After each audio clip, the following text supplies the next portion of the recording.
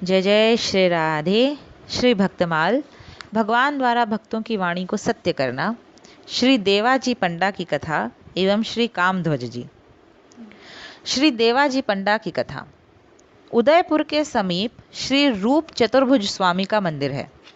देवाजी वहीं पंडा थे।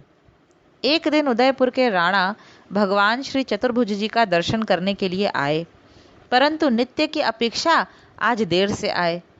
समय हो गया था, इसलिए पुजारी श्री देवाजी ने भगवान को शयन करा दिया और प्रसादी माला जो राणा जी को पहनाने के लिए रखी थी उसे उन्होंने अपने सिर पर धारण कर लिया। इतने में ही राणा जी आ रहे हैं यह समाचार मिला। श्री देवा पंडा जी ने प्रसादी माला अपने सिर से उतार कर रख ली और राणा जी के आने पर उसे उनके गले में पहना दिया। संयोगवश पंडा जी के सिर का एक सफेद बाल माला में लिपटा चला गया। उसे देखकर राणा जी ने कहा, क्या ठाकुर जी के सिर के बाल सफेद हो गए हैं? पंडा जी के मुख से निकला, हाँ। राणा जी ने कहा, मैं प्रातःकाल देखूंगा। पंडा जी हाँ ऐसा कह तो गए, परंतु अब वे घबराए कि राणा जी हमें अवश्य ही मरवा डालेंगे, क्योंकि मैंने झूठी बात कही है। उन्हें और कोई उपाय नहीं सूझा। वे भगवान के श्री चरणों का ध्यान करने लगे। उन्होंने प्रार्थना की कि हे ऋषिकेश भगवान, मेरे प्राणों की रक्षा के लिए कृपा करके आप अपने बालों को सफ़ेद कर लीजिए। आप भक्त रक्षक हैं, परंतु मेरे मन में तो आपके प्रति नाम मात्र भी भक्ति नहीं है। चिंतामग्न श्री पंडा जी से ठाकुर जी ने कहा कि मैंने सफ़ेद बाल धारण कर लिए हैं, न मानो तो आकर देख लो। श्री देवा पंडा जी दुख के महासागर में डूबे थे। भगवान की मधुर वाणी सुन उनकी जान में जान आई। मंदिर में जाकर जब उन्होंने दर्शन किया तो सफेद बाल दिखाई पड़े। तब पंडा जी ने अपने मन के अनुभव से यह जाना कि ठाकुर जी ने हमारे ऊपर बड़ी कृपा की है। उनकी आंखों में आंसू भर आए। प्रातःकाल शीघ्र ही चतुर्भुज जी के सफ़ेद बाल देखने के लिए राणा जी मंदिर में आए और सफ़ेद बालों को देखकर कुछ देर तो देखते ही रह गए। फिर परीक्षा लेने के लिए उनमें से एक बाल खींचा। बाल के खींचे जाने पर पीड़ावश ठाकुर जी ने अपनी नाक चढ़ा ली। बाल उखड़ गया और उस बाल के छिद्र से रक्त की धारा बह निकली। उसके छींटे राणा जी के शरीर पर पड़े। इससे राणा को मूर्छा आ गई और वे पृथ्वी पर गिर पड़े। उन्हें अपने शरीर का कुछ भी होश न रहा। एक पहर बाद जब होश आया तब वे इसे करोड़ों अपराधों के समान मानकर क्षमा प्रार्थना करने लगे। श्री चतुर्भुज जी ने आज्ञा की, तुम्हारे लिए यही दंड है कि जो भी राजगद्दी पर बैठे वह दर्शनों के लिए मेरे मंदिर में ना आए।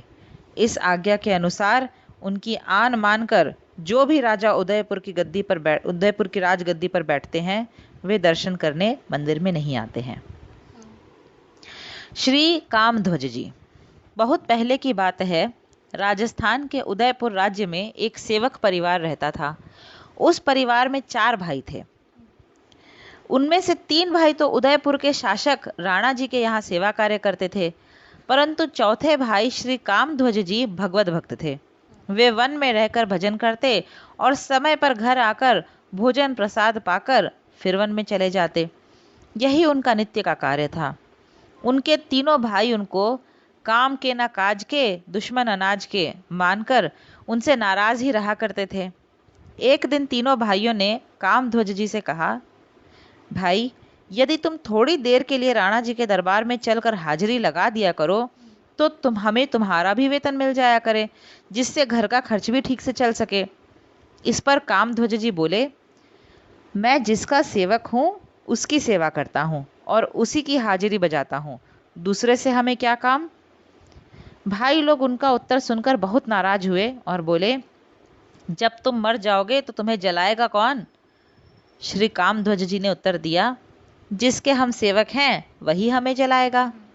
यह सुनकर भाई लोग उन्हें उनके हाल पर छोड़कर चले गए।